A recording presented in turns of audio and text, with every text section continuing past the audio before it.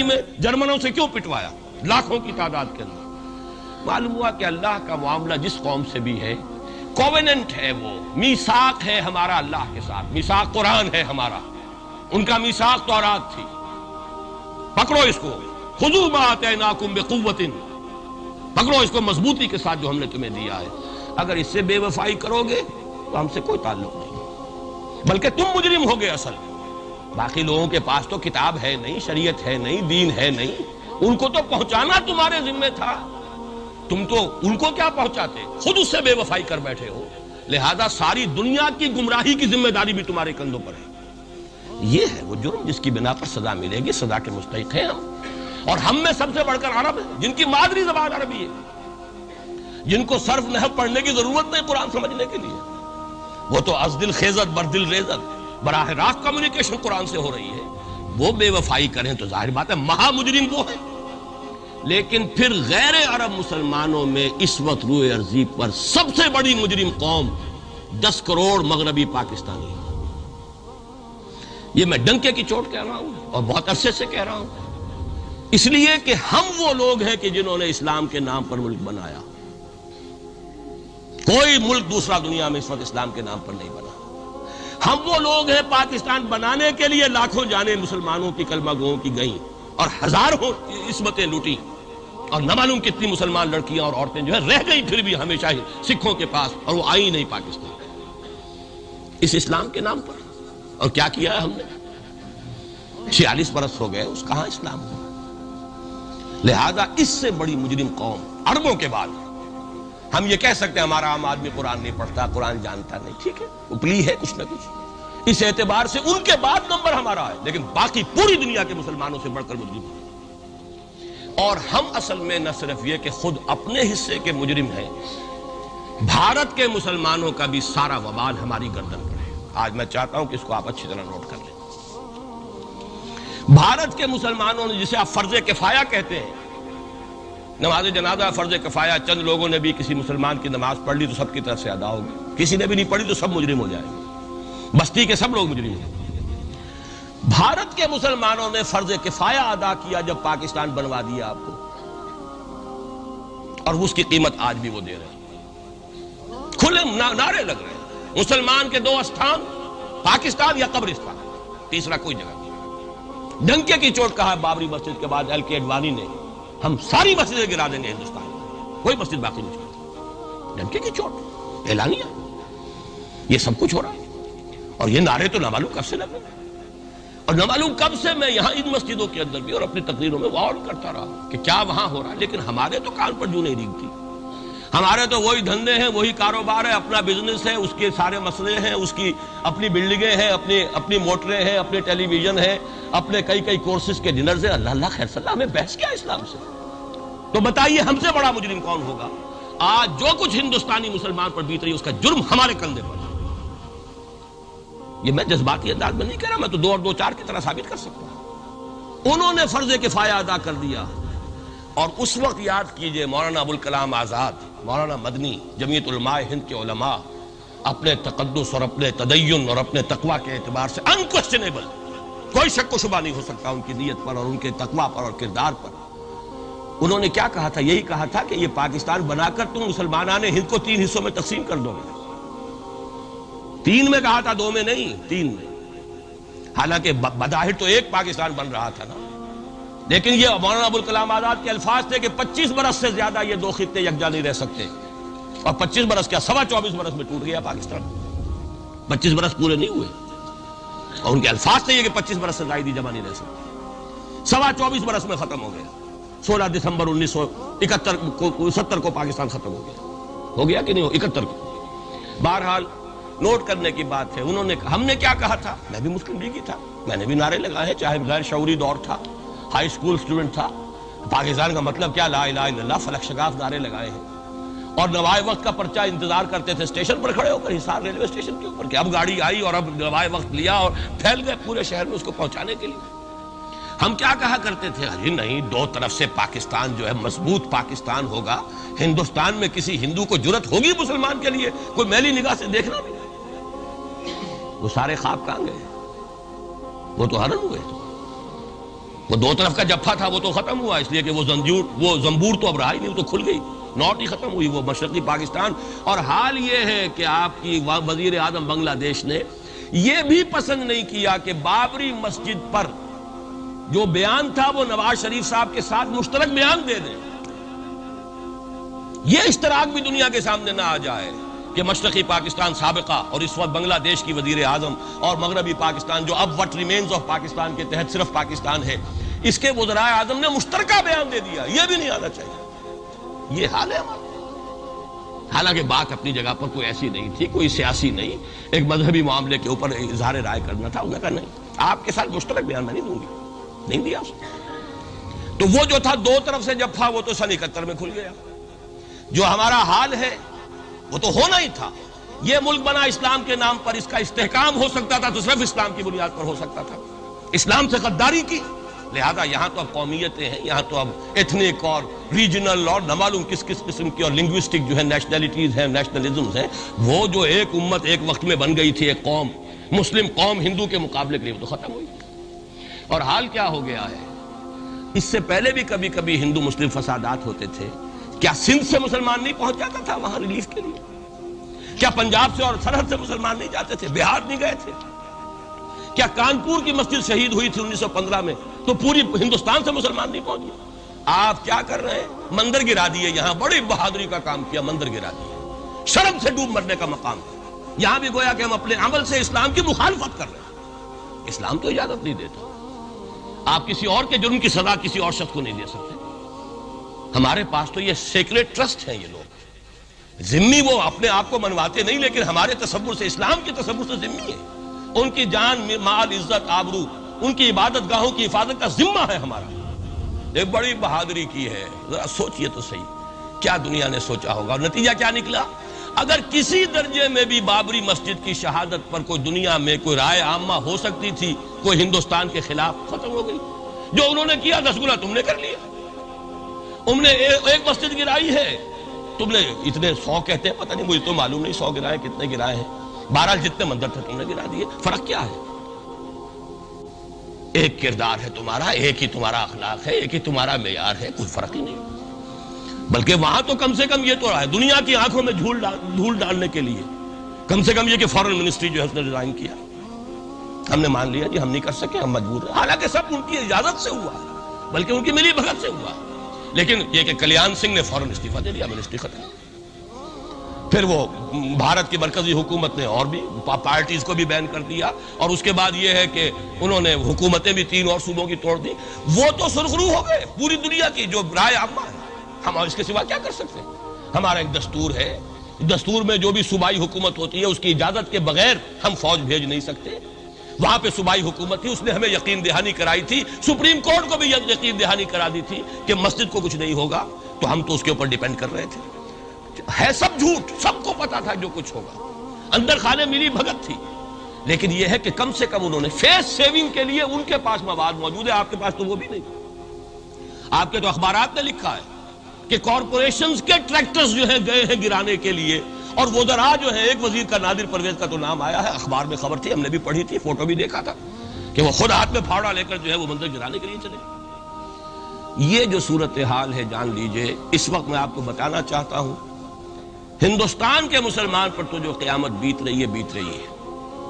میں نے اپنا ایک تاثر کچھ عرصے پہلے یہاں پہ بیان کیا تھا، رہا ہے میرا تاثر، اور وہ ہے اصل میں وہ لاسٹ سپر جو ہے انجیل میں جس کا تذکرہ ہے حضرت مسیح علیہ السلام نے جو آخری کھانا رفع سماوی سے قبل کھایا ہے اس باغ میں جہاں روپوش تھے اپنے حواریین کے ساتھ. تو اس میں یہ الفاظ آئے ہیں، میں نہیں جانتا صحیح ہیں غلط ہیں، وہ ایک علیحدہ بات ہے، کہ آپ نے وہ روٹی توڑی اور کہا کھاؤ، eat and this is my flesh, یہ میرا گوشت ہے، کھاؤ. اور اس کو کہتے ہیں وائن، کوئی مشروب ہوگا جو بھی ہوگا، ڈالا کہ پیو، drink and this is my blood. میرا احساس ہمیشہ یہ رہا ہے. اس کے بعد کچھ ماند پڑ گیا جب یہاں مسلمان نے یہاں مارا ہے اور کچلا ہے اور زندہ آگ میں جلایا، پھر بات ختم ہو گئی. میرے دل کے اوپر سے وہ احساس ختم ہو گیا.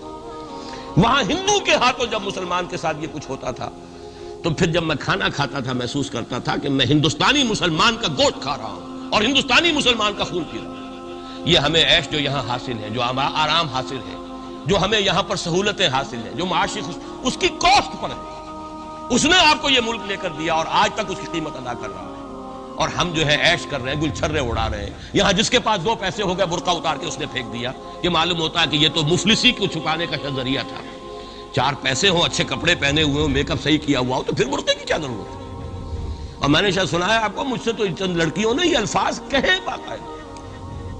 میں جب پریکٹس کرتا تھا لاہور میں کرشن نگر میں، تو ایک گھرانے کی، اور مجھے معلوم ہوا کہ ان کے والد انتہائی نیک تہجد گزار. کئی لڑکیاں تھیں بہنیں، ایک ہی تقریباً عمر 200 سے 1.5 سال کی.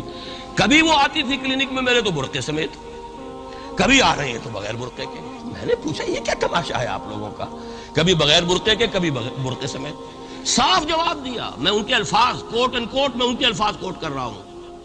ڈاکٹر صاحب جب ہمیں کوئی میک اپ کرنے کا، کپڑے بدلنے کا موقع نہیں ملتا تو ہم برقع پہن لیتے ہیں، اور جب ہمیں موقع ملتا پھر ہم برقع کائے کو پہنتے. تو گویا کہ اس کو چھپانے کا ذریعہ برقع ہے کہ کپڑے میلے ہیں، میک اپ نہیں کیا تو لہذا برقع پہن لیا. یہ ہے حال پاکستان میں اسلام کا جو ہم نے بنایا ہے. تو میں جو کچھ دیکھ رہا ہوں وہ یہ ہے کہ ہندوستان میں تو قیامت، اب وہاں جو آفیشیل فگرز ہیں 1000 1200 کتنے ہیں، لیکن کم سے کم 10,000 آدمی. اور اب یہ چین ہے فسادات کی. کل کے اخبار میں احمد آباد کی تھی، کبھی کہیں ہے کبھی کہیں ہے. اور واقعہ یہ ہے کہ تبصرے یہ ہو رہے ہیں کہ ہندو فنڈامنٹلزم از آن دی رائز. یہ جو کچھ ہوا ہے، جتنا بھی اس کے اندر ان کو گرایا گیا ہے، ان کی حکومتیں گرائی گئی ہیں، اس سے انہیں تقویت حاصل ہو رہی ہے. They are getting stronger and stronger. Congress کے لیے اب اپنی جو ہے جان بچانی مشکل ہے. اور اس وقت سب سے بڑا ان کے لیے جو ہو گیا وہ یہ ہے کہ وہ کمیونسٹوں کی سپورٹ کے بغیر چل نہیں سکتے. اور کمیونسٹ جو ہے وہ ان کی جو اس وقت وہ امریکہ کے زیر اثر جو اپنی اکنامک پالیسیز چینج کر رہے ہیں اس کا ساتھ دینے کو تیار نہیں. تو یہ ڈائلیما ہے. جبکہ ادھر جو ہے وہ بالکل جو ہندو ذہن ہے وہاں کا ریوائولسٹ ذہن وہ پوری طریقے سے پائے. تو اب اس وقت میں اس کے حوالے سے عرض کر رہا ہوں کہ ہندوستان اور پھر پاکستان کو علیحدہ نہ سمجھیے.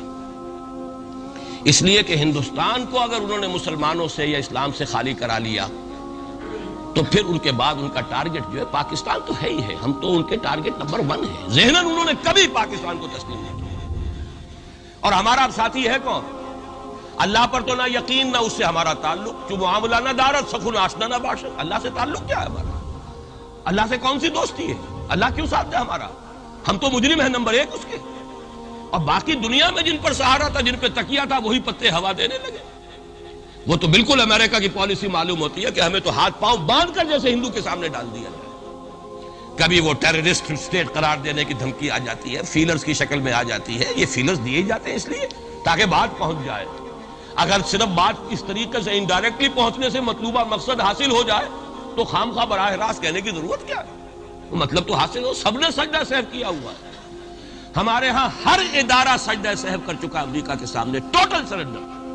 اور یہ بات جو قاضی حسین احمد صاحب کہہ رہے ہیں 100% درست کہہ رہے ہیں. 100% درست کہہ رہے ہیں. Total surrender. چاہے وہ بے نظیر ہو، چاہے وہ نواز شریف ہو، اور چاہے وہ کوئی اور ادارہ ہو آپ کا جو یہاں پہ قوت کا اصل سرچشمہ ہے اور منبع ہے، سب کے سب 100% جو ہے اس کے سامنے سجدہ کر چکے ہیں. یہی وجہ ہے کہ وہ بے نظیر کا ساتھ نہیں دے رہے. بے نظیر کا ساتھ کائے کو دے؟ اگر نواز شریف ان سے بڑھ کر، ہم بھی ہیں دربار کے، اگر یہ کہنے کے لیے وہ ان سے بڑھ کر تیار ہو تو اسے کیا ضرورت پڑی ہے؟ اس کی کون سی کوئی رشتہ داری ہے بے نظیر کے ساتھ یا کسی اور کے ساتھ؟ ہاں اگر نواز شریف کہیں کسی جگہ پر بھی کوئی اگر اپنے پاؤں کو گھسیٹتا، ڈریگ کرتا، اپنے فیٹ کو کہیں کوئی رکاوٹ ڈالتا پھر ٹھیک ہے، پھر اس کو آلٹرنیٹ لانے کے لیے تو کوئی ہے نہ کوئی سوال. لیکن جب وہ ان سے بڑھ کر نیاز مند ہو، ان سے زیادہ بڑھ کر سجدہ کرنے کو تیار ہو، ان سے بڑھ کر کہیں ہم شریعت کورٹ ہی کو اٹھا کے پھینک دیں گے اگر سود کا معاملہ جو ہے شریعت کورٹ کے حوالے سے ہمارے لیے مصیبت بنا، سود تو دیں گے، چلے گا، لائیے خدا کے لیے لائیے، پیسہ لے کے آئیے، ہمارے ملک میں آئیے، پیسہ لگائیے. اور یہ سود وود کا یہ کوئی مولوی لوگ ہیں پاگل جو کہتے ہیں کہ یہ کوئی حرام ہے، اور کوئی پاگل ہمارے شاید وہ کورٹ والے بیٹھے ہوئے تھے جنہوں نے اسے کہہ دیا کہ بینک انٹرسٹ بھی جو ہے ربا ہے. باقی آپ ہم سے کوئی ڈر نہ رکھیے. میرے اسلام کو اب قصہ ماضی سمجھو، ہنس کے وہ مس بولی کہ پھر مجھ کو بھی راضی سمجھو. سیدھی بات ہے. جھگڑا تو اسلام سے تمہارے سے تو نہیں، نہ بے نظیر سے جھگڑا ہے اور نہ نواز شریف سے جھگڑا ہے. جھگڑا اسلام سے. اس حوالے سے بہت برا وقت آ رہا ہے. اور اس میں ایک پہلو میں اور چاہتا ہوں کہ آپ حضرات کے سامنے بیان کر دوں. پوری دنیا میں تو فنڈامنٹلسٹ مشہور ہو گیا مسلمان، پوری دنیا کا ذرائع ابلاغ لگے ہوئے ہیں. اصل فنڈامنٹلزم جو ہے بلکہ دو باتیں عرض کر دوں. ریشزم پوری دنیا میں بدنام گالی، اور اصل ریشسٹ ملک اسرائیل، اسے کوئی کچھ نہیں کہتا، اس لیے کہ وہ مذہبی ریاست نہیں ہے، وہ تو بلکہ یہودیت ہے ہی نسلی مذہب. ساؤتھ افریقہ کیا ہوگا کوئی نسل پرست قوم یا نسل پرست ملک؟ وہ تو کچھ بھی نہیں تھا. اصل جو نسل پرست ہیں وہ تو یہودی ہیں، انہیں کوئی کچھ نہیں کہہ رہا. ریشسٹ وہ فنڈامنٹلزم اصل جو چلا ہے وہ ہندوستان میں چلا ہے، بدنام پوری دنیا میں مسلمان ہو گیا. لیکن اب اس کا میں بلیم نہ امریکہ کو دے سکتا ہوں نہ کسی اور کو. یہ تو اے باد سبا ہم آوردہ توستی، ہمارا اپنا کیا دھرا ہے. میں آپ کو ایک حوالے سے بتا دینا چاہتا ہوں. ہمارے ہاں علامہ مشرقی اٹھے، چپ راس چپ چپ راس چپ اور بیل چاپ پورے ہندوستان کو دہلا دیا. دہل گئی زمین ہندوستان کی، راس کماری سے لے کے ذرا خیبر تک. اور بڑے بڑے نوٹیبلز، یہ تحریک اتنی عظیم تھی، اتنی آرگنائز تھی. آپ کو معلوم ہے یہ تالپور برادران جو ہے، دونوں بھائی جو تھے، یہ خاکسار تھے. بڑے بڑے لوگ سندھ میں، فرنٹیئر میں، پنجاب میں، ہر جگہ پر. اور ایسی زبردست آرگنائزیشن، بالکل ملٹری والی، ان کے سارے قواعد ملٹری کے. لیکن ہوا کیا؟ آر ایس ایس 1925 میں قائم ہوئی ہے، اسی کے رد عمل میں. ہندو سویا ہوا تھا، انہوں نے دیکھا یہ مسئلہ اٹھ گیا ہے، اتنا زبردست اٹھ گیا ہے، زور شور کے ساتھ اٹھ گیا ہے، اس کی چپ راس جو ہے وہ زمین جو ہے لرز رہی ہے، اس سے تو اٹھنا پڑے گا نا. لہذا باقاعدہ جو آر ایس ایس 1925 میں قائم ہوئی ہے، اسی کے رد عمل میں، اور اس مقصد کے ساتھ، ڈکلیئرڈ مقصد، ہندوؤں کو متحد کیا جائے تاکہ وہ بھرپور طریقے سے مسلمانوں کا مقابلہ کر سکیں.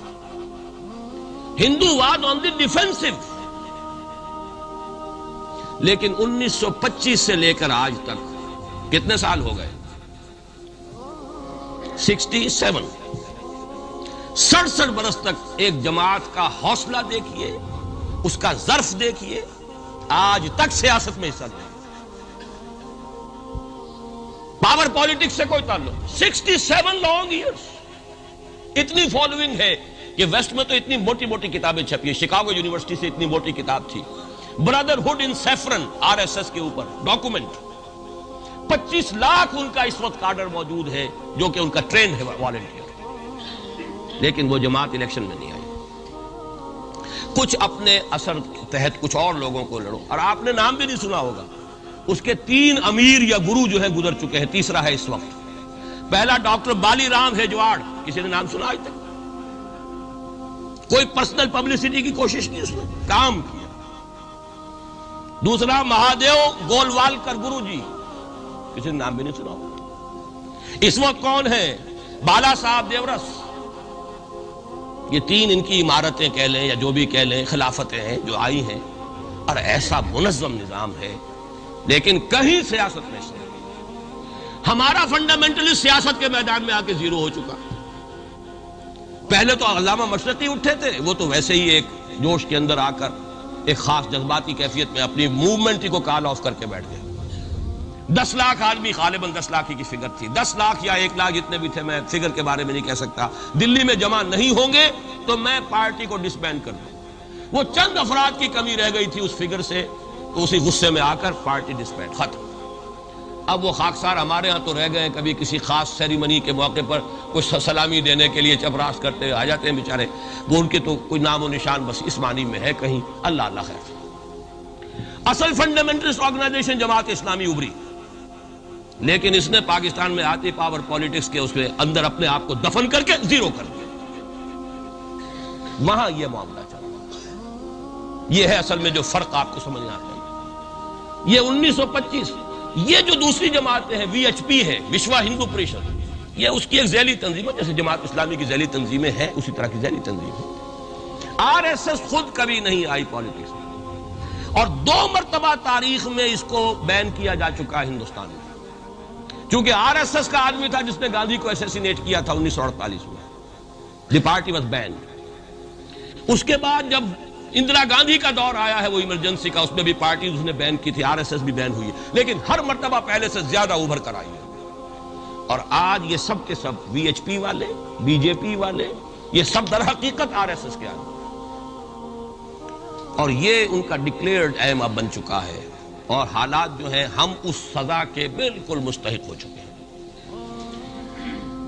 اسیاں سے کبھی ہم نے کنارہ نہ کیا، لیکن تیری رحمت نے گوارا نہ کیا۔ یہ تو ہو سکتا ہے اب بھی ہم اسی اللہ کی رحمت پر تو ادھار کھا سکتے ہیں، لیکن واقعہ یہ ہے کہ ہم اس سزا کے بالکل مجرم ہو چکے ہیں اور مستحق بن چکے ہیں، اور نظر یہ آ رہا ہے کہ اب حالات ہمارے لیے زیادہ سے زیادہ پیچیدہ سے پیچیدہ، مشکل سے مشکل، اور زیادہ سے زیادہ جو ہے گمبھیر ہوتے چلے جا رہے ہیں۔ بھارت میں ہندو فنڈامنٹلزم بڑی تیزی کے ساتھ ایک طوفانی شکل کے اندر آیا ہے، اور بھارت میں تو مسلمان تنظیم کوئی ہے ہی نہیں۔